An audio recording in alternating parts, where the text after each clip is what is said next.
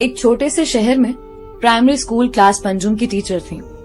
ان کی ایک عادت تھی کہ وہ کلاس شروع ہونے سے پہلے ہمیشہ آئی لو یو آل بولا کرتی، مگر وہ جانتی تھیں کہ وہ سچ نہیں کہتی. وہ کلاس کے تمام بچوں سے یکساں پیار نہیں کرتی تھی. کلاس میں ایک ایسا بچہ تھا جو مس عائشہ کو ایک آنکھ نہ بھاتا. اس کا نام طارق تھا. طارق میلی کچیلی حالت میں اسکول آ جایا کرتا.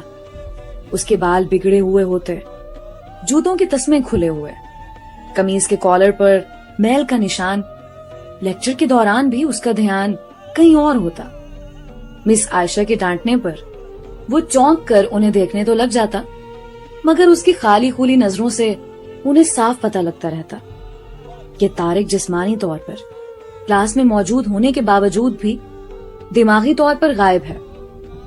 رفتہ رفتہ مس عائشہ کو طارق سے نفرت سی ہونے لگی.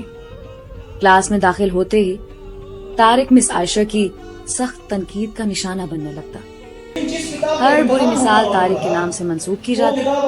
بچے اس پر کھلکھلا کر ہنستے اور مس عائشہ اس کی تذلیل کر کے تسکین حاصل کرتی. طارق نے البتہ کسی بات کا کبھی کوئی جواب نہیں دیا تھا. مس عائشہ کو وہ ایک بے جان پتھر کی طرح لگتا جس کے اندر احساس نام کی کوئی چیز نہیں تھی. ہر ڈانٹ، طنز اور سزا کے جواب میں وہ بس اپنی جذبات سے آری نظروں سے انہیں دیکھتا رہتا اور سر جھکا لیا کرتا. مس عائشہ کو اب اس سے شدید چڑ ہو چکی تھی. پہلا سیمسٹر ختم ہوا اور رپورٹیں بنانے کا مرحلہ آیا تو مس عائشہ نے طارق کی پروگریس رپورٹ میں اس کی تمام برائیاں لکھ ماری. پروگریس رپورٹ والدین کو دکھانے سے پہلے ہیڈ مسٹریس کے پاس جایا کرتی تھی. انہوں نے جب طارق کی رپورٹ دیکھی تو مس عائشہ کو بلایا. مس عائشہ، پروگریس رپورٹ میں کچھ تو پروگریس بھی نظر آنی چاہیے. آپ نے تو جو کچھ لکھا ہے اس سے طارق کے والدین اسے بالکل ہی نا امید ہو جائیں گے. میں معذرت خواہ ہوں، مگر طارق ایک بالکل ہی بدتمیز اور نکما بچہ ہے. مجھے نہیں لگتا کہ میں اس کی پروگریس کے بارے میں کچھ لکھ سکتی ہوں. مس عائشہ نفرت انگیز لہجے میں بول کر وہاں سے اٹھ آئیں. ہیڈ مسٹریس نے ایک عجیب حرکت کی. انہوں نے چپراسی کے ہاتھ مس عائشہ کے ڈیسک پر طارق کی گزشتہ سالوں کی پروگریس رپورٹس رکھوا دیں. اگلے دن مس عائشہ کلاس میں داخل ہوئیں تو رپورٹس پر نظر پڑی. الٹ پلٹ کر دیکھا تو پتا لگا کہ یہ طارق کے رپورٹس ہیں. پچھلی کلاسوں میں بھی اس نے یقیناً یہی گل کھلائے ہوں گے، انہوں نے سوچا اور کلاس سوئم کی رپورٹ کھولی.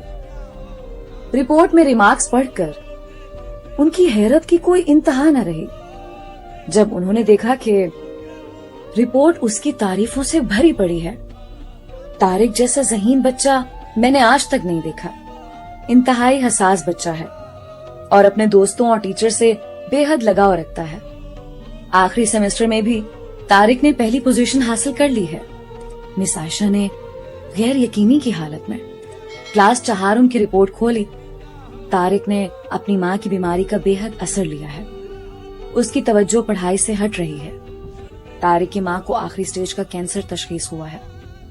گھر پر اس کو اور کوئی خیال رکھنے والا نہیں ہے جس کا گہرا اثر اس کی پڑھائی پر پڑا ہے. طارق کی ماں مر چکی ہے اور اس کے ساتھ ہی طارق کی زندگی کی رمق بھی. اسے بچانا پڑے گا اس سے پہلے کہ بہت دیر ہو جائے. مس عائشہ پر لرزہ طاری ہو گیا. کانپتے ہاتھوں سے انہوں نے پروگریس رپورٹ بند کی. آنسو ان کی آنکھوں سے ایک کے بعد ایک گرنے لگے.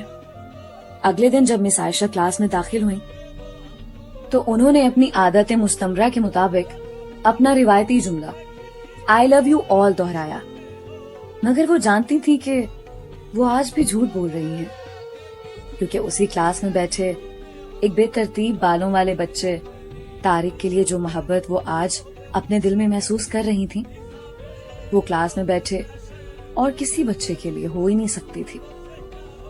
لیکچر کے دوران انہوں نے حسب معمول ایک سوال طارق پر داغا اور ہمیشہ ہی کی طرح طارق نے سر جھکا لیا. جب کچھ دیر تک مس عائشہ کی طرف سے کوئی ڈانٹ پھٹکار اور ہم جماعت ساتھیوں کی جانب سے